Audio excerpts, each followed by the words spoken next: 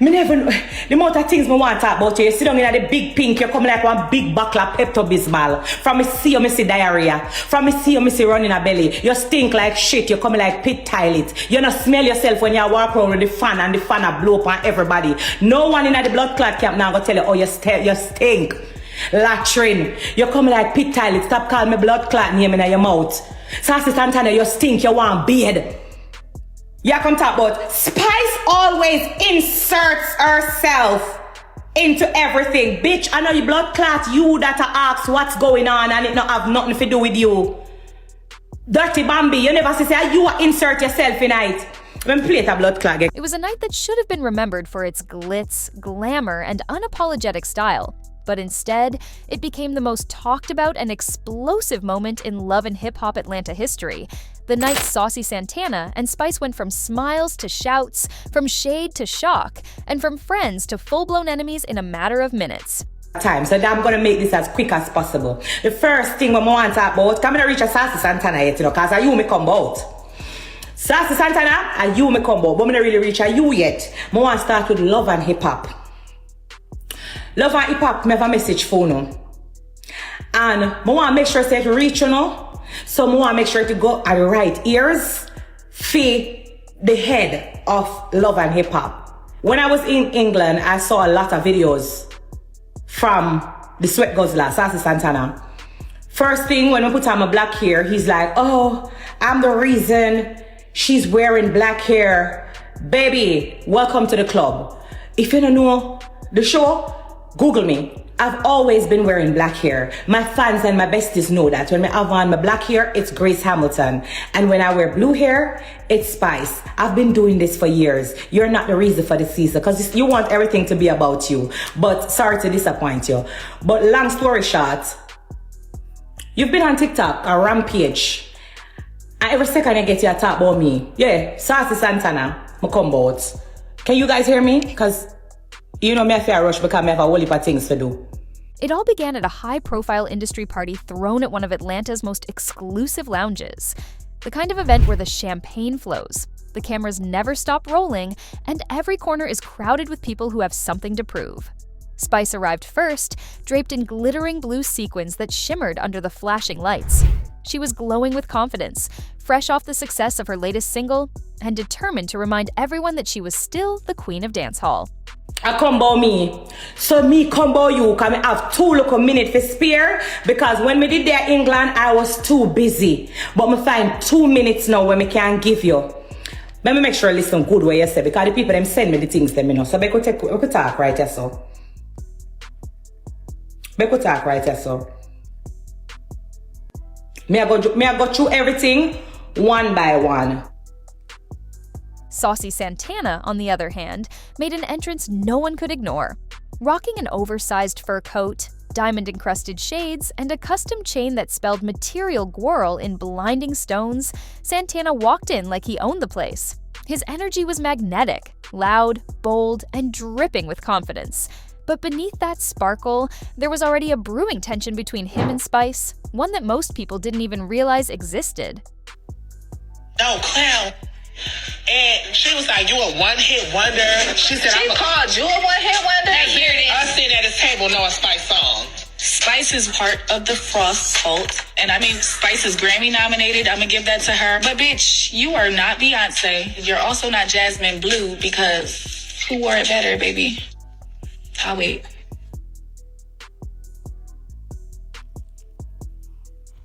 Jasmine, me never gonna come about you. Me never gonna come about you because you need to care about them 2 titty them. Me want to know if your sister them nearly them out for bus by you. Me never gonna come about you because all of a sudden everybody want to wear blue hair. Everybody want to be Spice. First when you talk about my blue wig, now all of a sudden all of y'all want to be that girl who don't want to be me so bad. The jealousy is just eating y'all up and I can't deny the fact. But Jasmine, me not really ready for you yet. Me want to stay up on Saucy Santana. You see you Saucy Santana will sit down right there so. For months, quiet rumors had been floating through the ATL music scene. Some insiders whispered that Santana felt Spice had been throwing subtle shade during interviews, downplaying his rise in the industry. Others claimed Spice believed Santana had been using her name to keep himself in headlines. The tension had been building quietly, but neither had ever confronted the other directly until now. The night took a turn when a mutual acquaintance decided it would be cute to get them together for a photo op. At first, both smiled politely for the cameras, but anyone who knew them could feel the iciness behind those smiles. Santana leaned in with a smirk and whispered something under his breath, something only Spice could hear. Her eyes instantly widened, and the look she gave him could have cut glass. Spice stepped back, her voice rising just enough to grab the attention of people nearby. "What did you just say to me?" she demanded, her Jamaican accent slicing through the music. Santana, never one to back down, laughed. A loud, mocking laugh that only fueled the fire. "Oh, don't act brand new now," he replied, his tone dripping with sarcasm. "You know exactly what I said." By now, the cameras were shifting, sensing something about to go down. Guests began pulling out their phones, hoping to capture the moment. Spice, never one to shy away from confrontation, squared her shoulders and got right in Santana's face. She accused him of trying to ride her wave, of constantly bringing up her name to stay relevant, and of spreading messy gossip behind her back. Santana's response?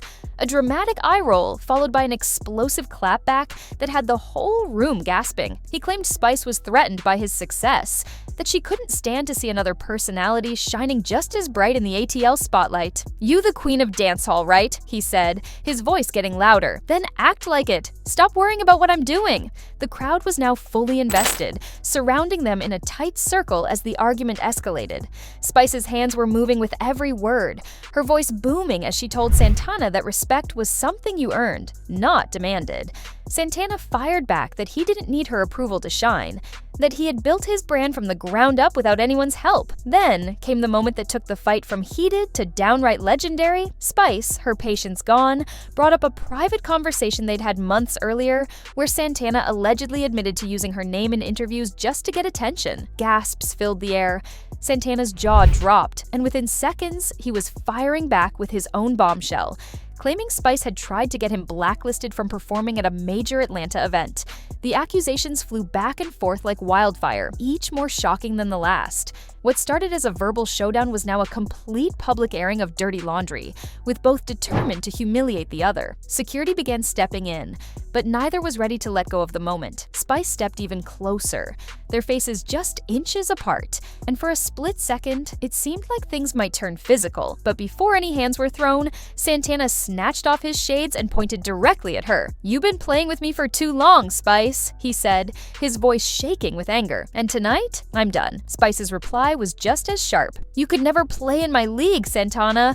Remember who opened the doors before you even walked in the building." By now, the music had stopped. The cameras were rolling at full speed, and the tension was so thick you could feel it. Security managed to separate them, but not before Spice shouted one last warning over the crowd. "Keep my name out your mouth, or I'ma give you something real to talk about." Santana, being Santana, just laughed, that signature, over-the-top laugh, and blew her a kiss as he was escorted toward the exit. "You can't cancel a material gwirl," he called out, making sure every phone in the room caught it. The footage of that night spread like wildfire within hours. Clips of the shouting match hit social media, and Love and Hip Hop Atlanta fans immediately took sides. Some sided with Spice, praising her for standing her ground and protecting her legacy. Others defended Santana, saying he was simply calling out the industry double standards and refusing to be intimidated. The fallout was immediate. Interviews were requested from both camps, and each used the opportunity to throw even more shade. Spice claimed Santana was all talk and no catalog, while Santana hinted that Spice was holding on to a crown that's already slipping. Their feud became one of the most trending topics in reality TV, dominating blogs, gossip shows, and fan forums for weeks. Producers of Love and Hip Hop Atlanta knew they had struck gold. The fight wasn't just a scene, it was an entire storyline. They began weaving the drama into upcoming episodes. capturing the aftermath, the alliances forming, and the behind-the-scenes attempts to get them in the same room again for resolution. But every time they tried, the tension only got worse. At one point, a planned sit-down meeting ended before it began. Santana arrived with his entourage, rocking a shirt that read "Unbothered Queen," while Spice showed up with her crew in matching blue outfits, looking like they were ready for war. The producers barely had time to roll cameras before the shouting started again. Behind the scenes, other cast members found themselves caught in the crossfire. Friends of both tried to mediate, but it quickly became clear that neither Spice nor Santana was willing to back down. This wasn't just about a petty misunderstanding anymore. It was about pride, power, and public image. Fans began speculating about whether the feud was real or exaggerated for the cameras. But those who were in the room that night swore there was nothing fake about it. The anger, the jabs, the energy, it was all raw and unfiltered. Both stars knew how to put on a show, but this time the emotions seemed far too genuine to be scripted. As the season unfolded, the tension between Spice and Santana became the beating heart of the show. Every event, every party, every performance had an underlying question. Would the two cross paths again? And if they did, would it finally turn physical? The biggest fight ever label wasn't just about volume or insults.